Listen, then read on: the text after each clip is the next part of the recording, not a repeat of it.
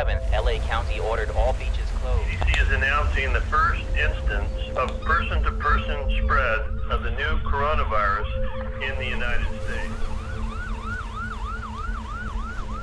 We all know why this beach is empty today.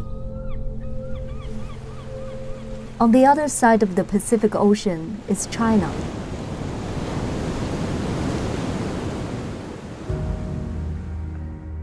It used to be one of the most fascinating places in the world. In the past 40 years, America had a long dream about this faraway land. The United States will do everything possible to bring China into the World Trade Organization. That you will be a more open society and you'll be a more open economy. Now we are waking up from that dream. China doesn't want the real story to be told. And this will change how the world looks at China for years to come. And for sure, we have lessons to learn. Is it a natural disaster, or is someone responsible for it? When did the Chinese leadership know the virus could spread between people? Are they trying to hide anything? 希望大家帮帮我们。And what did the communist leadership do when the virus was spreading to the world? It impacts us all. How did they let that happen?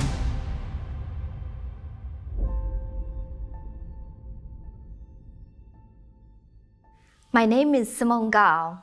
I was born and raised in China. Now my home is here in America, where I'm a journalist. We have to get to the bottom of this, because millions of families deserve to know the truth. We need to have a clear view of what really happened. This way, future generations can be free of this disease, both physically and spiritually.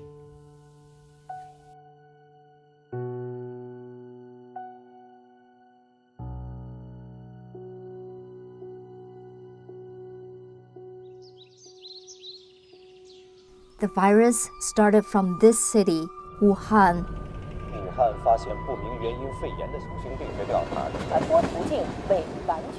The rest of China was oblivious about the coming danger.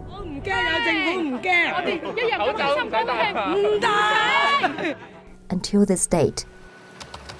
9:50 p.m., Monday, January 20th, 2020. Millions of the Chinese people were shocked when they watched this on CCTV. Exactly, Dr. Zhang. We have just come to the topic that involves human-to-human transmission. Several days ago, we could not confirm it.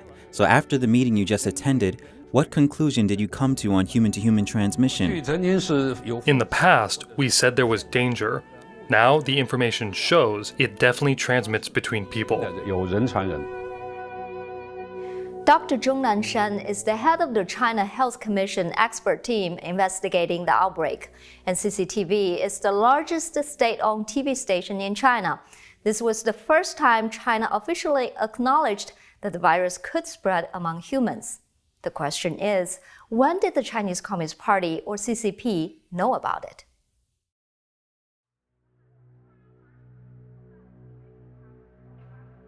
On April 20th, China's state news agency Xinhua published an interview with Dr. Zhang Jixian, a government-certified first responder.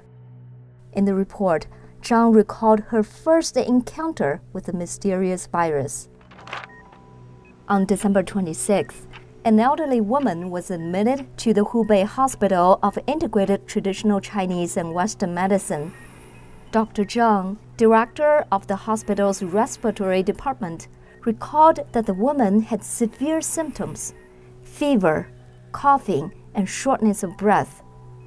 It seemed she had caught the flu or common pneumonia, but the CT scans of her didn't support this diagnosis. The next day, the hospital received another patient, the woman's husband, who had developed similar symptoms. Alarms started going off for Dr. Zhang. Knowing that the couple's son took care of them when they got sick, she insisted that he get a checkup as well. His CT scan also showed similar results. That's when it occurred to her, it can't be coincidence that 3 people in the same family had the same disease. She knew that the virus must have spread between them. So, on December 27th, Dr. Zhang reported this to the local branch of the Chinese CDC instead of using an internet reporting system designed specifically for infectious diseases.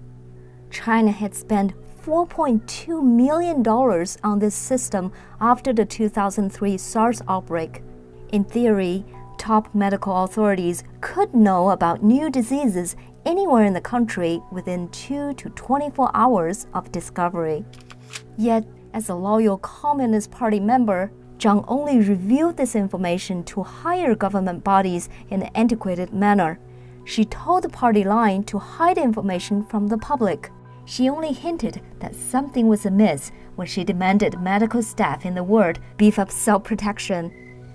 In the next 2 days leading up to December 29th, the hospital received another 4 patients with similar lung infections. They all worked at the Huanan seafood market and all knew each other. Now that there were 7 similar patients, the hospital went on alert. At 2 o'clock that afternoon, a panel of experts at the hospital drew a preliminary conclusion. This virus could be transmitted among humans. Dr. Zhang told Xinhua that she repeatedly asked the family whether they had any contact with the seafood market. Not one of them had ever been to the market or had any relationship with it. After the panel, Zhang filed another report, this time directly to both the city level and provincial level CDC. Keeping in line with her party loyalty, Dr. Zhang instructed hospital staff to keep things quiet and to not reveal any of this information to the public. At about the same time, another group of doctors with very different views on public safety also came across the new infection. He is already well known as the martyr of the Wuhan outbreak. Dr. Li Wenliang was an eye doctor working at the Wuhan Central Hospital. At 5 p.m. on December 30th, he sent out a warning over a Chinese messaging app called WeChat. He warned some of his fellow workers that they should wear protective clothing. This was to avoid infection after 7 patients from a local seafood market exhibited SARS-like symptoms. His lack of political cunning was met with dire consequences. Late in the night, on December 31st, around 1:30 a.m., Dr. Li was called into the Wuhan Health Commission offices for questioning. After sunrise, his employer ordered him to write a letter publicly denouncing his own behavior. Starting from January 2nd, the party's mouthpiece, CCTV, continuously aired a series of programs condemning so-called rumor mongers. Anyone who had shared information about the virus fell into this category, including Dr. Li. The following day, on January 3rd, local police detained Dr. Li and forced him to sign a statement admitting he had broken the law and seriously disrupted social order. CCTV bashed Dr. Li before he was forced to sign that statement. Why did state media move so quickly and make such a big deal over a local doctor's short warning on WeChat? I spoke with Frank Chin, an expert on China and one of the most diligent observers of the pandemic. Li Wenliang only sent out a message to his colleagues on social media. Why did the CCTV have such a dramatic response so quickly? To have every major CCTV channel carry out that sort of unified deployment, unified action style of public condemnation, then it wasn't a low-level decision. It was something that the highest level of CCTV management decided, and CCTV is the top mouthpiece of the CCP. It's guided by political and legal divisions. So from this perspective, it shows that in this event, the CCP already knew what was happening, and they made this coordinated plan. Dr. Li's lack of political obedience resulted in punishment. Dr. Zhang, on the other hand, for her party loyalty, was honored by the CCP as the one who gave the first warning about the epidemic. Except her warnings were totally ignored and overridden. We'll look at the stance the regime took instead. On December 31st, the Wuhan Municipal Health Commission announced on its website that the Huanan seafood market was linked to several recent cases of pneumonia. They claimed that preliminary investigations showed no clear sign of human-to-human transmission. They further claimed that no health workers had been infected, and the disease could be kept under control.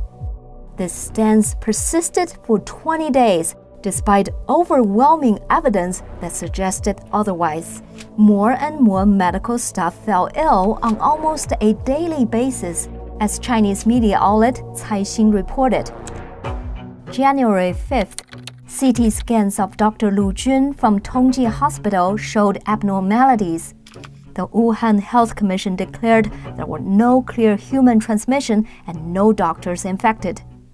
January 6, CT scans of a doctor from Wuhan Xinhua Hospital showed infection. His hospital required staff not to spread rumors. January 7th, Dr. Lu Jun was confirmed with a COVID-19 infection. 3 days later, on January 10th, Dr. Wang Guangfa of the National Health Commission declared no infections among medical personnel. The Wuhan Health Commission repeated this on the following day. January 13th, 3 Wuhan nurses were confirmed with infections. The Chinese Health Commission told the magazine Science that there were no infections among the 760 medical staff in close contact with COVID-19 patients. On January 15th and 16th, 3 more doctors either showed abnormal CT scans or were confirmed infected. Yet the Wuhan Health Commission declared no new cases or medical staff infections. January 18th, Xinhua Hospital found 100 cases of CT abnormalities. 4 medical staff in 3 hospitals in Wuhan were confirmed ill on the same day. The next day, the Wuhan government proceeded to invite 10,000 families to a banquet in celebration of the Chinese New Year. 9 nurses were confirmed on the same day. January 20th, Dr. Zhong Nanshan acknowledged human-to-human transmission on CCTV. Not long after Dr. Zhong acknowledged human transmission, top leadership got involved. General Secretary of the Chinese Communist Party, Xi Jinping, purged 2 top officials in Hubei province and Wuhan city for mishandling the epidemic. However, in an interview, the mayor of Wuhan, Zhou Xianwang, revealed the tangled nature of communist bureaucracy. About not revealing the materials about the disease more quickly, this is the point everyone needs to understand. Since it is a contagious disease, it had to be disclosed according to the law on prevention and treatment of infectious diseases. As a provincial government, we have to be authorized to disclose the information. Just as Wuhan's mayor indicated, he did not have the final say on what to do. The decision ultimately comes from the top. We can confirm this from internal government documents. On January 14th, while China's health official publicly announced on state television that the risk of human-to-human transmission remained low, actions in the top leadership suggest a different understanding. And internal government facts obtained by the Epoch Times indicated that on January 14th, local CDCs initiated the highest level emergency response. The notice said that China's National Health Commission had already drawn up a set of treatment and prevention measures. They were in the process of passing them on to local health agencies. Some measures clearly indicate that Chinese top leadership knew the disease could spread between people well before the CCP publicized this information. For example, the document ordered hospitals to train staff on preventative measures and take steps to stop the disease from spreading among medical workers. But there's more. The Chinese military knew about the outbreak even before the Chinese CDC issued the prevention measures. This can be seen in this internal document from the Naval Engineering University. The January 2nd document ordered the university's security department to monitor visitors who were suspected of being infected with an unknown pneumonia originating from Wuhan. It further states that this order is to follow a Naval Engineering Department instruction, Series number 298, issued in 2019. The earliest and most accurate intelligence came from the Chinese military. The Naval Engineering University producing documents like these implicates the Chinese military. They very likely knew about the outbreak and transmissibility in December 2019 or even earlier. All these instructions were marked internal. Some specifically say not to be spread on the internet and not to be publicly disclosed. And so it stayed that way. The CCP kept the 1.4 billion people of China unaware of the danger of this virus for at least 20 days, and the timing couldn't have been worse. On January 7th, Xi Jinping ordered the information of the outbreak must not damage the atmosphere of a peaceful and happy holiday. And what holiday atmosphere was that? Right at that time, less than 2 weeks from the Chinese New Year, hundreds of millions of Chinese people had started heading home for the largest holiday in China. Trains, buses, and flights were packed. After all, it is the largest human migration on the planet. In Wuhan, the 10,000 people family banquet was still yet to happen, while 5 million people were leaving the city for destinations around the world.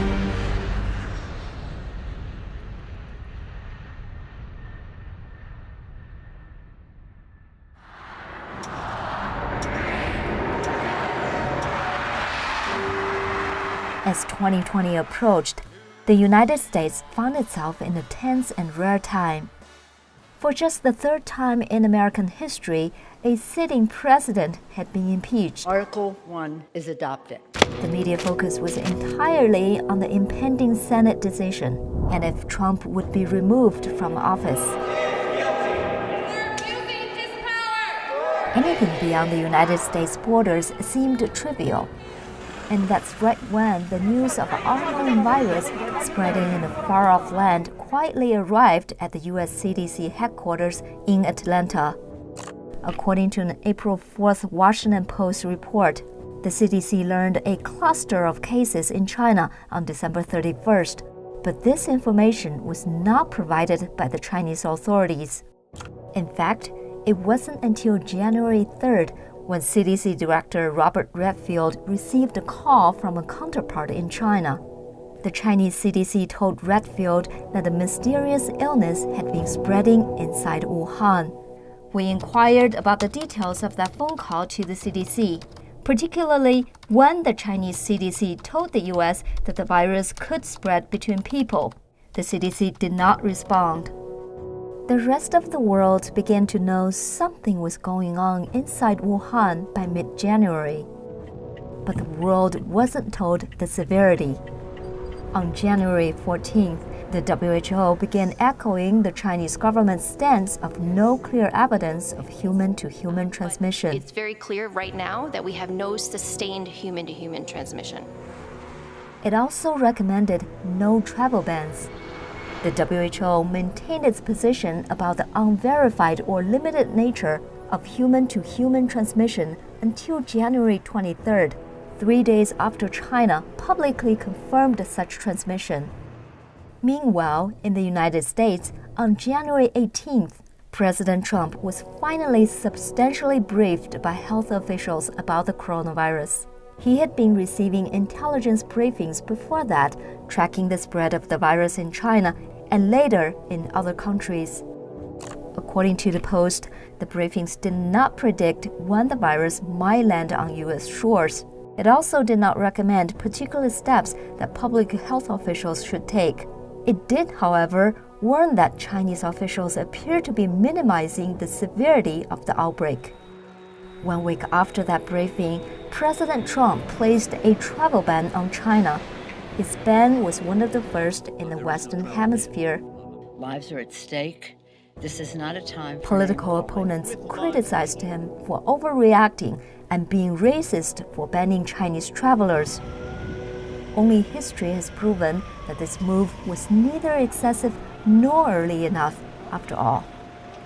According to Veriflight, an aviation data company based in China, by mid-January, about 4,000 people had already entered the United States directly from Wuhan.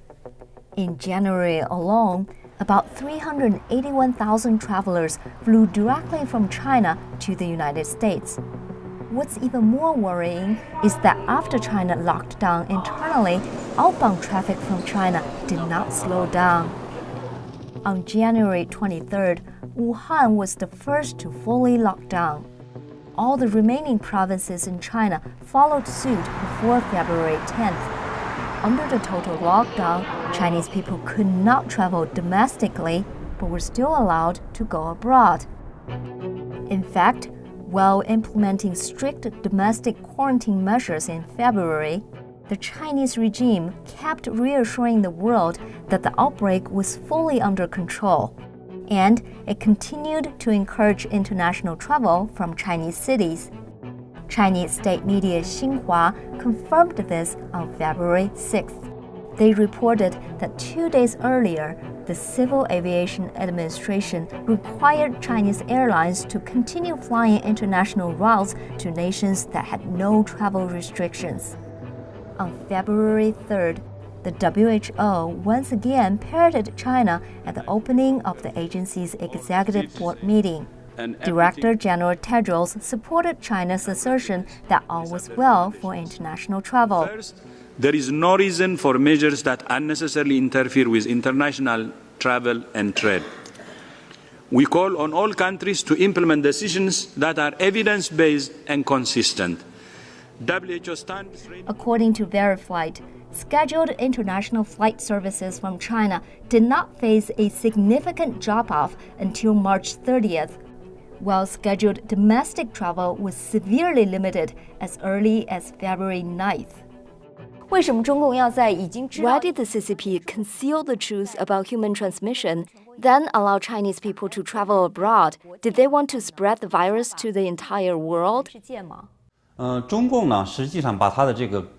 CCP always takes its political power as the most important thing. It also takes economic operations as extremely important, since economic operations guarantee social stability inside China, and thus guarantees its political power. So, in this process, the CCP let international flights continue their travel. That way, it could give the world a false appearance of stability, guaranteeing multinational companies would stay inside China. And to the whole world, the CCP gave people the false impression that it could control the epidemic and the situation. That was to avoid all of its foreign investment from vanishing, and all of its businesses going into upheaval. So, in this situation, the CCP did not order international flights to close down. On top of that, on January 31st, we saw that the CCP was aggravated after Trump ordered a temporary ban on Chinese air travel. The Foreign Ministry issued criticism, so that goes to show that the CCP takes economic profit as more important than human life. That's not just saying it doesn't regard Chinese people's lives, but the CCP doesn't care about any lives in any country of the world. Like what we have discussed, there are practical reasons for their silence, like keeping up appearances so foreign investors won't get scared off. As to whether they had other more sinister intentions, such as spreading the virus to the entire world, we don't really know for sure. But what we are sure about is that the CCP knew in early January that there would be worldwide competition on the horizon for one specific product. The Associated Press obtained a 4-page Department of Homeland Security intelligence report dated May 1st. According to the report, Chinese leaders intentionally concealed the severity of the pandemic from the world in early January. While doing so, they increased the imports and decreased the exports of medical supplies. It attempted to cover this up by denying there were export restrictions and delaying provision of its trade data. High-ranking officials in Taiwan support this. Chen Qimai, Vice Premier of the Republic of China, spoke about medical supplies in a recent interview with the Formosa TV network. Mr. Chen revealed that while looking to place orders on face masks, he made a phone call to one of Taiwan's local medical supply manufacturers on January 27th. I made a phone call to Huang Qingshan, the CEO of Nanliu Enterprise, which is the manufacturer of non-woven cloth, and I was told that China had purchased a huge amount of non-woven cloth from India 1 month ago. So the masks are out of stock all around the world. On May 14, 2020, the FBI issued a statement on a new investigation. China-affiliated cyber actors have been both targeting and compromising U.S. organizations conducting COVID-19 related research. These attacks aim to steal research results related to vaccines, treatments, and testing. According to the Wall Street Journal, U.S. officials stated that China and Iran started such attacks as early as January 3rd. When I saw this news, what shocked me wasn't that they were stealing intellectual property, since the CCP is always doing that anyway. What got my attention was that they started stealing vaccinations on January 3rd. They gathered related research results. This confirms that the CCP knew at a very early time how dangerous this disease was. If the CCP was just trying to hide the identity of the virus and the scale of the outbreak, we'd expect them to relent on the cover-up after the rest of the world figured it out. However, the CCP continues to rigidly maintain the cover-up, just like in the earliest days. Why is that? What else could they be hiding?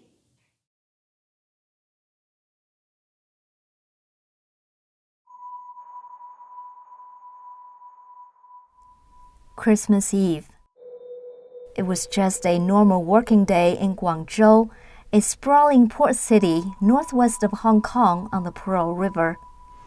On that day, Vision Medicals, a genetic technology company, made a critical discovery. They received a fluid sample from a patient in Wuhan. That sample contained a SARS-like coronavirus that was similar to the 2003 SARS virus. 81% similar, to be precise. Time was of the essence to get the information out. On December 27th, the lab relayed the test results to the Wuhan Central Hospital over the phone. They also shared the near-complete gene sequence with the Institute of Pathology and Chinese Academy of Medical Sciences. In internal company messages, researchers described the virus as a bat-like SARS coronavirus. On the 29th and 30th, Vision Medical's researchers went to Wuhan in person to report their findings. They exchanged all their analysis results with the leaders of the Wuhan Central Hospital and the Wuhan Disease Control Center. The following day, on January 1st, one of the lab researchers received a phone call from a Hubei Provincial Health Commission official. The official gave the following orders. Existing lab samples must be destroyed. The lab was forbidden from studying new samples from Wuhan. Any existing analysis, papers, or data cannot be shared to the outside world.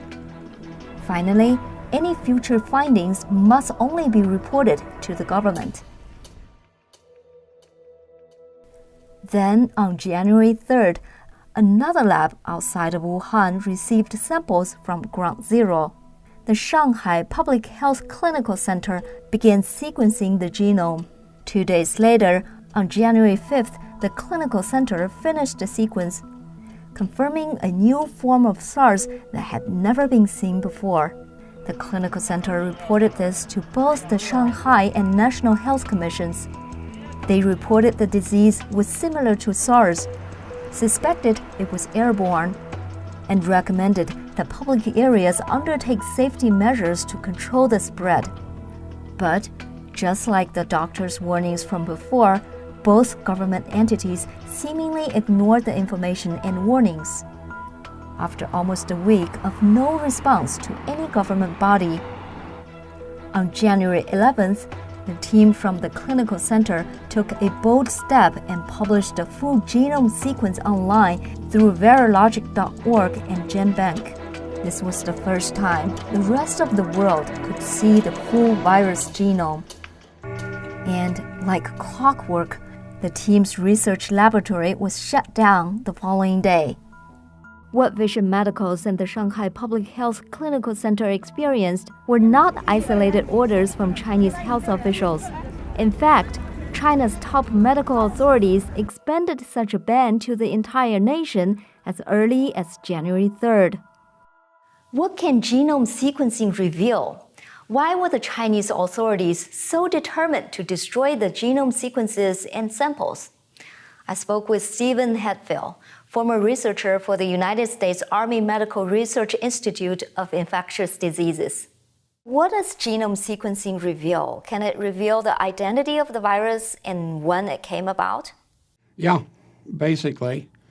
To have the genome sequence of any virus lets you establish its family tree. And because mutations occur in different viruses at set rates, you can take an early strain and a new strain, and you can compare the changes that have occurred, the random changes, and it's almost like running a clock backwards. You can see how many new mutations have appeared in this virus compared to this older known virus. And you can run the clock back and make an estimate of when all this new strain appeared. It's called a molecular clock. Dr. Hatfield said, by studying the genome sequence, we can roughly know when the virus came about, while researchers in the UK did exactly that. On April 17th, UK's Daily Mail reported that a team of researchers at the University of Cambridge gathered data on the possible start of the outbreak. Their analysis concluded that the spread began at some point between September 13th and December 7th. On May 5th, Science Direct published a paper by a group of UK and French scientists focusing on phylogenetic research, which observes the development of specific organisms. Their estimates suggest that the pandemic started sometime between October 6th and December 11th. Coincidentally, on May 9th, the London-based NBC News Verification Unit reported private analysis that fit into that time frame. The report indicated there was no publicly available cell phone activity in a high-security portion of the Wuhan Institute of Virology from October 7th through October 24th, 2019. They suggested that there may have been a hesitance event sometime between October 6th and 11th. The report says during this time, it is believed that roadblocks were put in place to prevent traffic from coming near the facility. We looked into the traffic reports in Wuhan during that time period.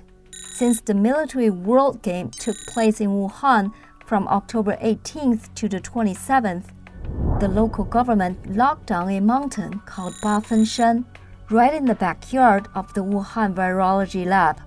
However, the lockdown dates did not match up with the reported dates of no cell phone activity.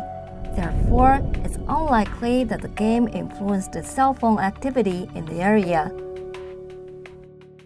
If there is evidence of a lab shutdown, it would bolster theories that China made a terrible mistake, as President Donald Trump indicated. In fact, the State Department received warnings from the U.S. Embassy staff in 2018 that the Wuhan Institute of Virology had lacked security and severe shortages of properly trained technicians. The Chinese had previously even asked for American help in that regard. So, does that make an accidental leak from the lab feasible? So far, we haven't found any hard proof of either a lab shutdown or that the virus was mistakenly leaked from the lab. But we must explore this direction, simply because the Chinese leadership has revealed that something was wrong with Chinese laboratories.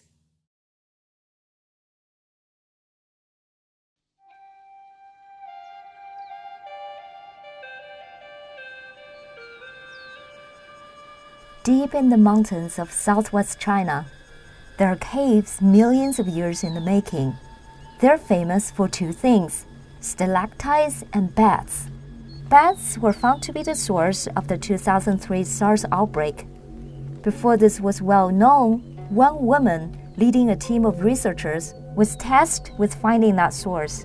CCTV reported that in November 2011, Dr. Shi Zhengli and her team stumbled upon a bat cave in these tropical mountains.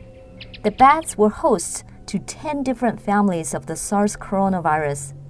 As the director of the Center for Emerging Infectious Diseases at the Wuhan Institute of Virology, this finding eventually helped her discover the pathogen that caused the 2003 SARS outbreak.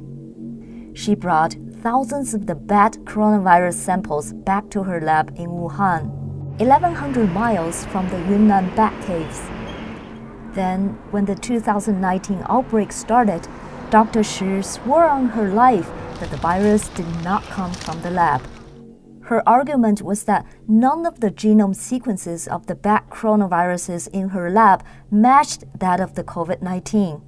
However, two things cast a doubt on Dr. Shi's pledge. First is what has been revealed about China's biolabs in general. And second is what happens at the Wuhan Institute of Virology specifically. What are Chinese biolabs really like? I asked Dr. Shang Lin, former lab director of the viral disease branch of the Walter Reed Army Institute of Research. He also used to work at virology labs in China. The key issues here is about lab safety and management practice for lab or animal facilities at the biosafety level 3 or 4. That's the P3 and P4 lab, especially in terms of the protection measures for lab technicians or the disposal procedures for animal corpse. And we know China has been very aggressive for the last 20 years to build up P3, P4 lab. And right now China has about 40 P3, P4 labs nationwide. And we even see new plans to build up more P3, P4 labs after the COVID-19 outbreak. So this is of a huge concern. First, China was relatively new to this field. Even the Wuhan Institute of Virology laboratory, the P4 lab, was observed to have security concerns and was short of well-trained professionals. And this was actually documented in a 2018 report from Department of State when they sent 2 advisors to Wuhan Institute of Virology to evaluate the situation there. And we also know the Wuhan Institute of Virology P4 lab was actually directed under the University of Texas Galveston National Laboratory. So this indicated even the Chinese scientists rely on the United States experts to ensure, to advise the safe operation of their P4 lab. Does that mean the American lab is responsible for what happened at the Chinese lab? No, because the Galveston National Laboratory, they're only responsible for establishing the protocol for lab safety operations for biosecurity procedures. But the real operations is up to the local team in Wuhan. And what happened at the Wuhan Institute of Virology is particularly concerning. So it is a common practice to conduct mutagenicity studies on viral genomes in order to understand the functions of different viral genome components and viral proteins. But one set of experiments of particular concern is the gain-of-function studies. So in this kind of studies, you can conduct molecular level of genetic engineering, or you can infect cell lines, for example, with a bad coronavirus strain, with or without genetic manipulation. and you can conduct these experiments in parallel in multiple cell culture flasks. So after a few days post-infection, you can collect supernatants from the flasks with the most severe cell dying. And then you use this supernatant to do another round of infection. So you basically select viral mutants with higher infectivities in each round.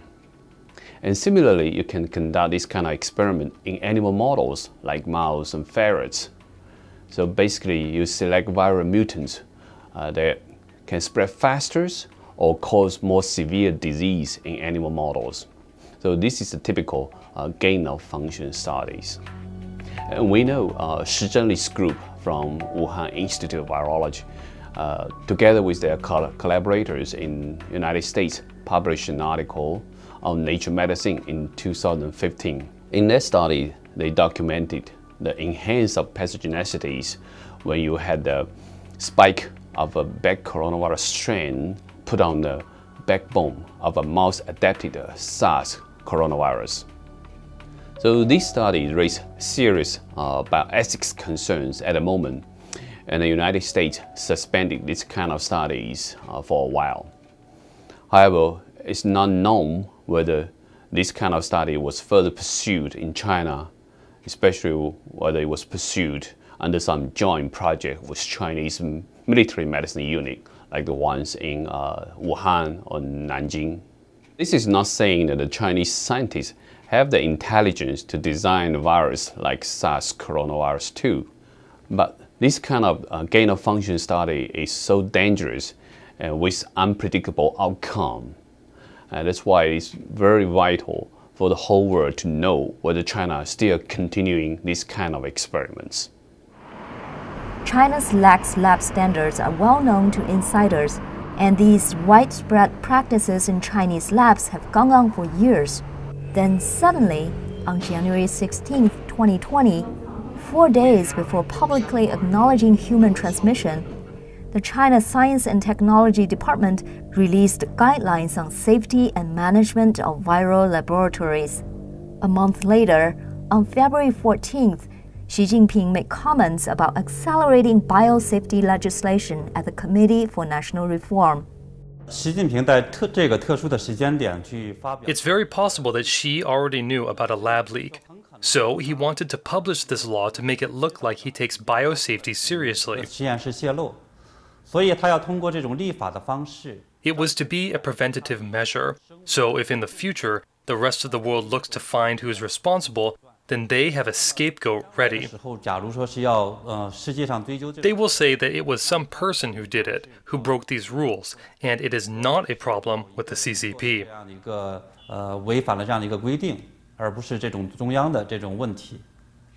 The Chinese leadership not only banned research on the origin of the virus inside China, but they also continue to deny access to foreign experts. This has gone on for months. All the important evidence may now be gone or destroyed. Are there simply too many tracks to cover? Can we believe anything they've told us?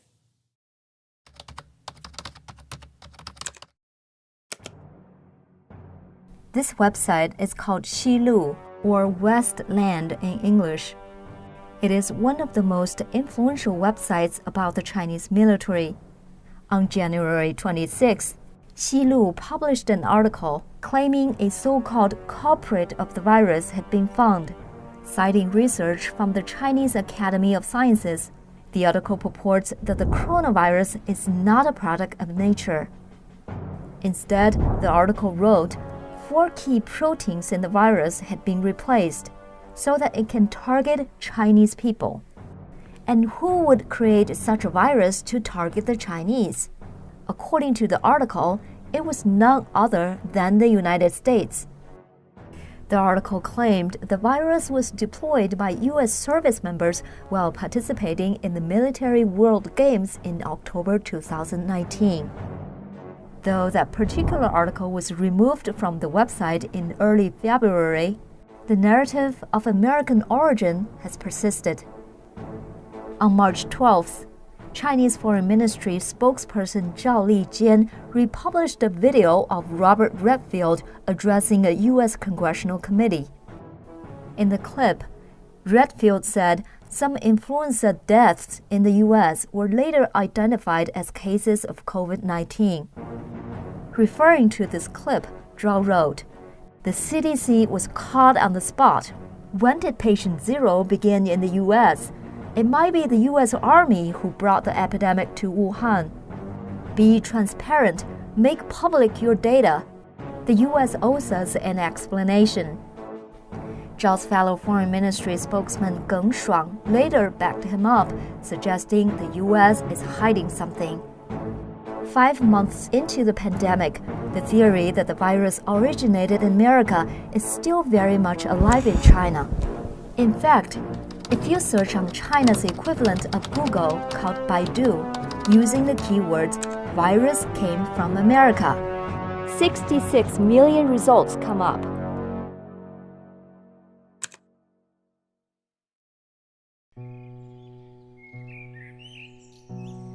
Late spring in New York is a charming time of new life. Blue skies, chirping birds, and spectacular bloomings. But inside the buildings, people are dying. In April 2020, as New York State became the national epicenter, the daily death toll from COVID-19 peaked at 805 in a single day.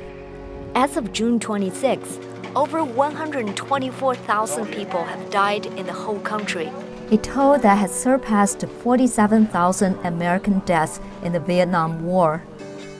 The global economy slipped into a recession on a scale not seen since World War II. All right, so remind me, what type of work are you gearing towards? 33 million people have sought U.S. unemployment aid since the virus hit. The numbers are heart-wrenching. What makes it worse is that we know this could have been prevented. A study by the University of Southampton indicated that if China had taken measures to address the virus earlier, they could have prevented about 95% of the infections throughout the world. Some people say the American government, the Trump administration, is also at fault. They could have done better and acted earlier with the knowledge they had. After all, the whole world was at the same starting point. Why did Taiwan and South Korea end up in a much better place? That may be true to some extent, but this argument is diverting attention from the elephant in the room. That is, who let this happen to the world in the first place? To people in China, and the answer to that, and what they are seeing today, is not an unprecedented catastrophe, but rather it is history repeating itself.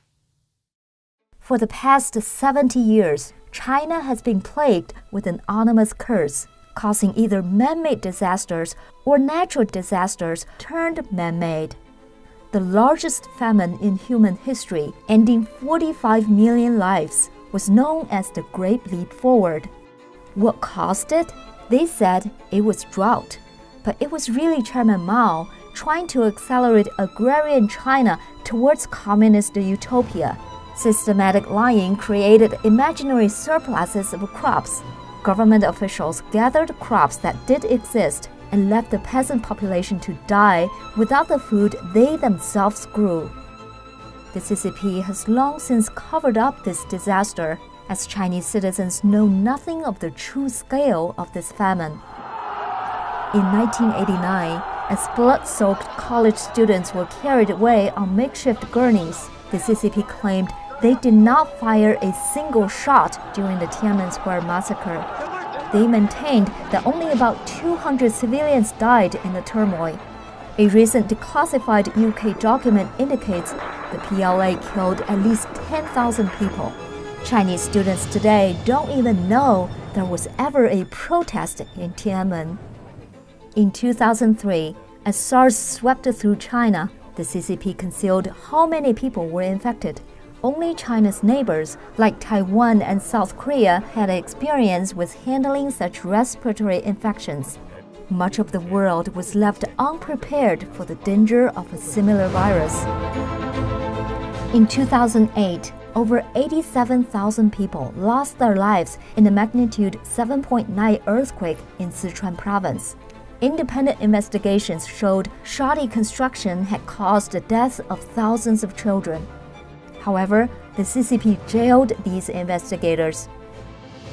From July 1999, a traditional Chinese mind and body exercise called Falun Dafa has been persecuted in China. The CCP has used the Falun Gong practitioners as well as other political prisoners as forced organ donors, harvesting and selling vital organs on a national scale.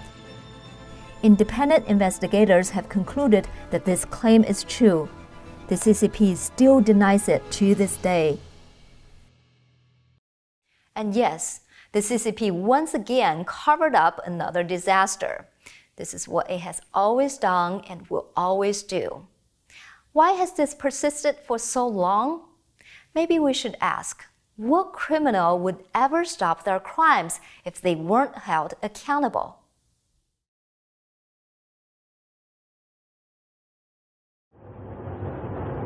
In 1989, as dried blood and tank treads were disappearing from the roads of Tiananmen Square, a secret envoy from President George H.W. Bush arrived in Beijing. He extended an olive branch to former Chinese leader Deng Xiaoping. Bush consoled Deng, saying that all the public condemnation for the massacre were nothing more than political rhetoric. Bush authorized the delivery of military supplies to China in the wake of Tiananmen. Change in our party, change in our leadership, change in our nation. President Bill Clinton campaigned that he would be tough on China. However, his tough stance quickly softened after he took office. The communist leadership mobilized a pro-China coalition within both the administration and Congress. As a result, not only were sanctions against China quickly lifted, but also Clinton helped China enter the World Trade Organization. He also granted China the status of most favored nation. Not just the political sphere, but technological and financial companies are assisting China as well. U.S. tech giants facilitated China forming into a police state with invasive surveillance. Cisco laid the foundation for China's Great Firewall, as well as an information surveillance system called the Golden Shield Project. IBM provides servers to Golden Shield Engineering. Oracle provides database services, and Microsoft provides a personal operating system. Led by JP Chase, the CCP's old friend Wall Street has channeled a huge amount of money to the Chinese Communist regime over the past 40 years. JP succumbed to nepotism when it hired children of high-ranking Chinese officials. This helped the company win billions of dollars of Chinese business contracts. Morgan Stanley investment indexes include Chinese companies that often pose a national security threat to America. Its actions have resulted in trillions of US dollars being invested in the Chinese economy.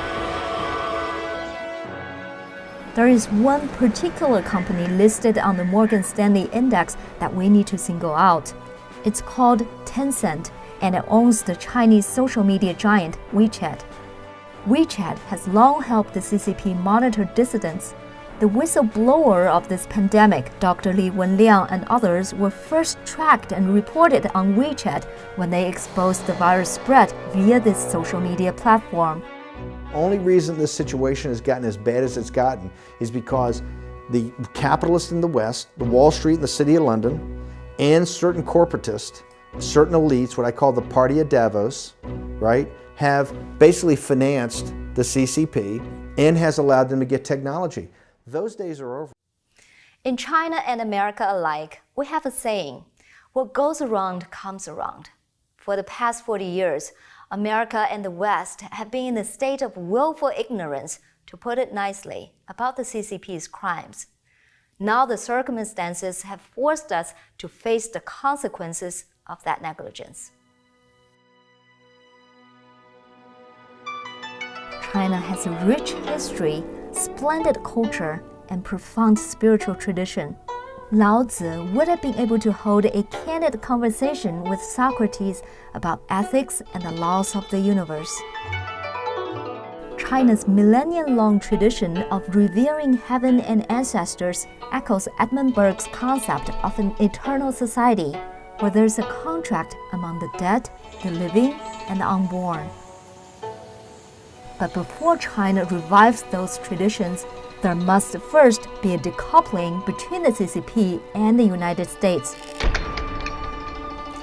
I hope this decoupling will happen, because if it doesn't, there will be more victims among us when history repeats itself, or we ourselves will become part of the problem. Stay safe, and God bless America.